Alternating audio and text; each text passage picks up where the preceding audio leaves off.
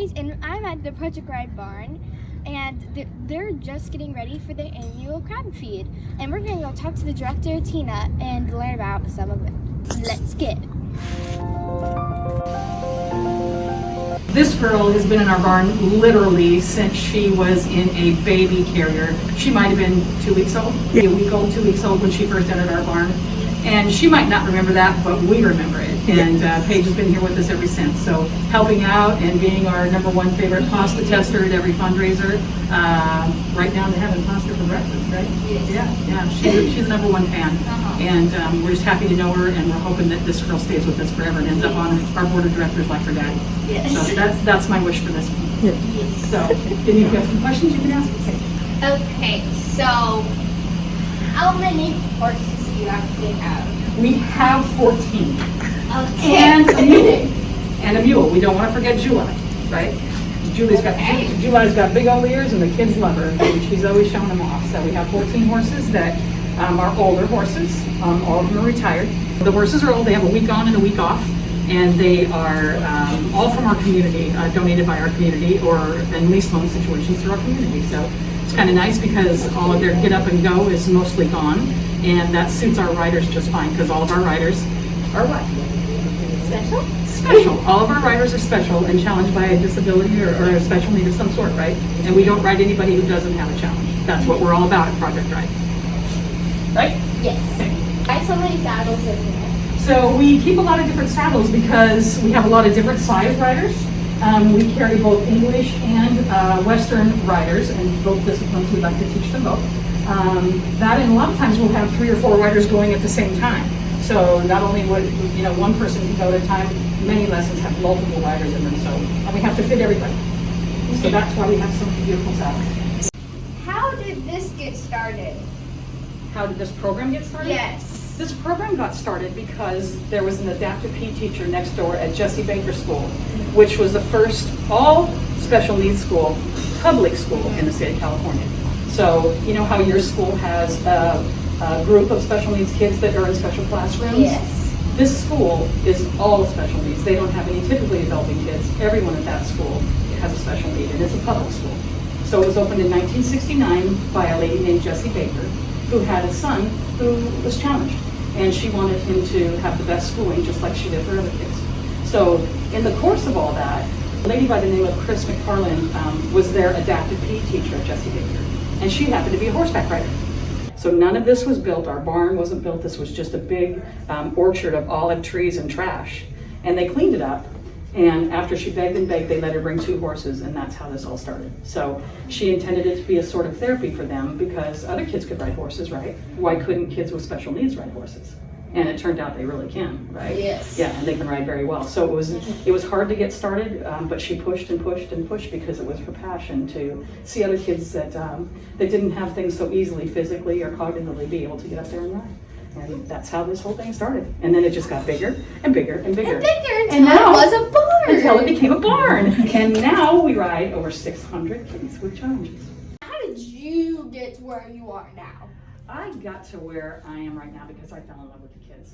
So I was working for a huge computer company called Packard Bell, and I was a facilities manager for them. And I had about that much horse experience from when I was your age, and when I didn't care if I fell off. And I came out here because I wanted to volunteer because I couldn't believe that they were putting challenged kids on the back of an unpredictable animal. Who would do that, right? I'm like, that's crazy. I'm gonna go out there and find out what that's about. So I volunteered. And the first week that I volunteered, I met a girl by the name of Tara. And the next week when I came back for my same shift, she was also riding at the same time. And she came flying over to me and she wrapped her arms around my waist and she said, "Oh, I missed you so much." And I said, "Tara, I just saw you last week." And she said, "I know, but I just love you." And that was it for me. So that, and just watching the connection that develops with a rider and a horse, which I know you know because of your sister riding here for years and years. Sophia became connected right away through her eyes and through the smell of the horse and the feel of the horse. And we actually have a pretty cool picture of your sister up above that. And we also have one in our house as well. Yes, yeah, of your sister. So you kind of know that what it means because like the animals are warm and they have a smell to them. The barn has a smell to it, and our riders get connected to that. So it's all kinds of sensory stuff like touch, like sight, like smell, like warmth and hearing. Most certainly hearing, yes. So because some of our riders can't see, right? So their hearing is really, refined. And sometimes it's the other way, they can see but they can't hear. So their vision might be really refined. And that's how horses are. They can hear over a mile away, they can smell over a mile away. So it's a lot of similarities. So, but I got involved because once I saw how beneficial it was to the kids to be on the horses and that it wasn't scary and it was really, really safe because of the way we operate our center, then I was fine with it. And then I just stayed because I loved it so much, and 20 years have passed. I've been here for 20 years. What's your favorite part of your job? My favorite part of my job is listening to the kids' laughter when they're on horseback.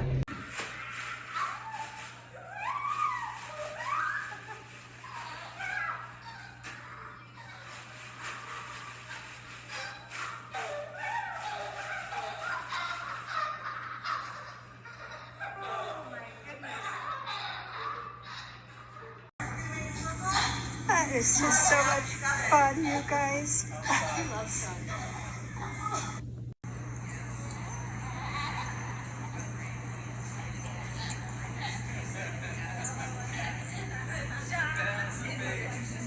So I can hear them all the way from my office, and it just lights up the barn, and it's a joyous, beautiful place to be. So the kids don't really want a lot, they just need a little bit of our time and a little bit of a leg up in this life, and it's fun to be able to help. So that's why.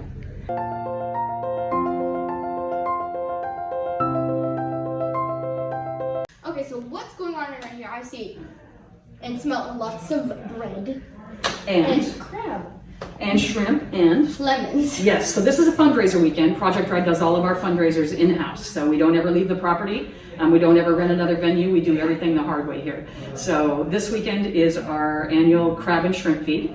And this helps raise money all year round for the staff that doesn't teach lessons. So our administrative staff, like myself, like our volunteer coordinators, like our data entry person and our office manager. So the way we raise funds for them to pay them to come in and help us administer the program is by doing in-house fundraisers. So this is one of three.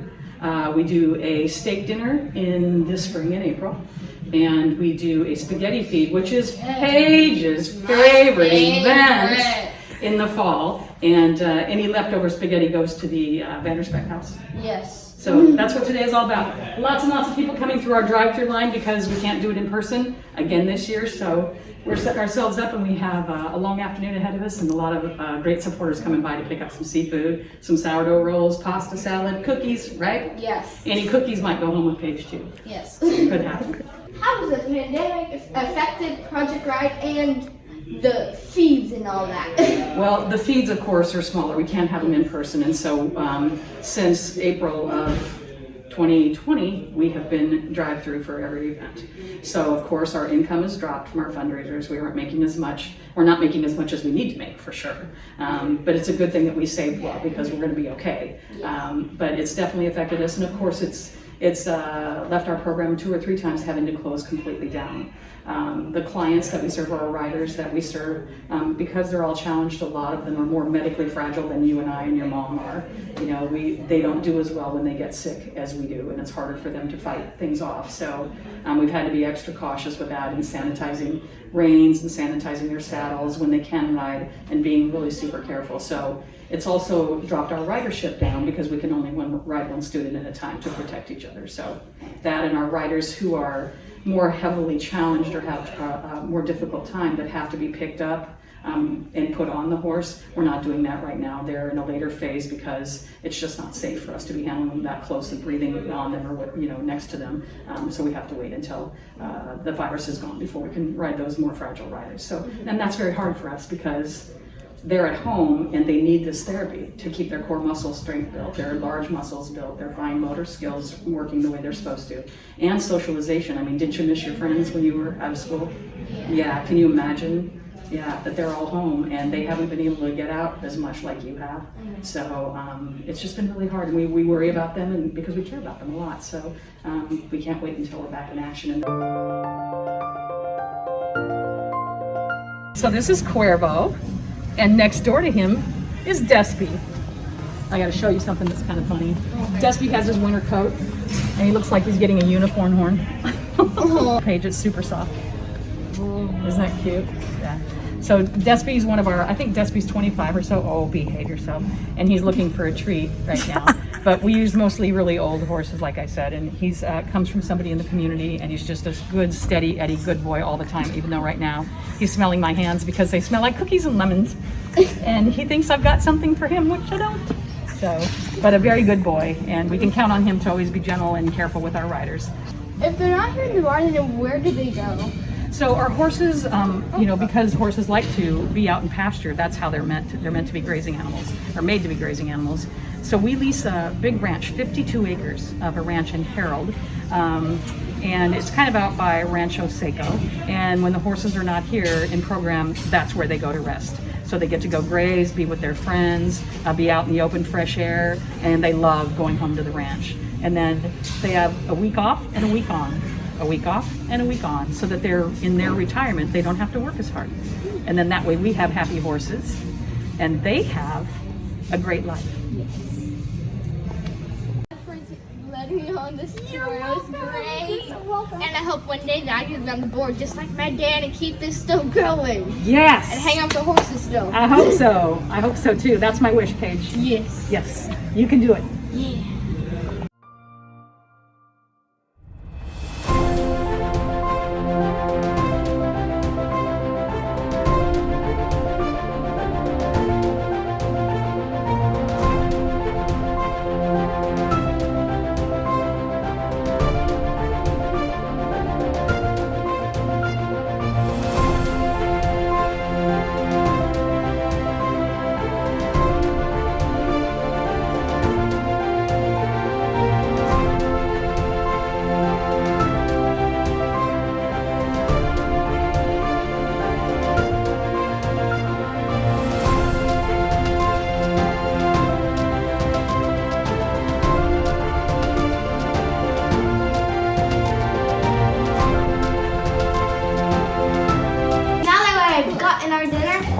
Let's dig in.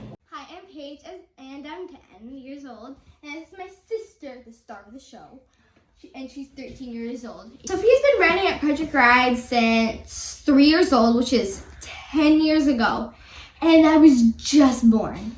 Alright, so she rides regular horses, and she also rides this mechanical horse, which is super cool. I've been on it multiple times, and it is really cool. It's like a VR sort of thing. It's super cool. And Sophia is very lucky to ride it. It is like amazing. And horses are just as amazing as that too. And why Sophia rides? Because it really helps her strengthen her muscles and to get them like keep on working and all that. Because she's usually sitting in a chair mostly all her life. Project Ride is a non-profit organization, and they only get their money 3 times a year from their main events. Just watch it? Okay. In January, we have the crab feed. And usually sometime in like April or spring, we have the steak dinner. And October, we have the spaghetti feed, which is my personal favorite. It's delicious. Project Ride is always open to volunteers and donations. You can visit their website down below here. It would mean a lot to them, and it would mean a lot to me. My dream is to be on that board and help some more people like my sister. And I hope you visit their website and do some more donations and maybe volunteer if you might. You might volunteer. That would be a lot to them. And thank you for watching this. And all those pictures of the girl riding horses was me sister. And if you were me, of course. Yeah. All right, thanks. Bye. Say bye.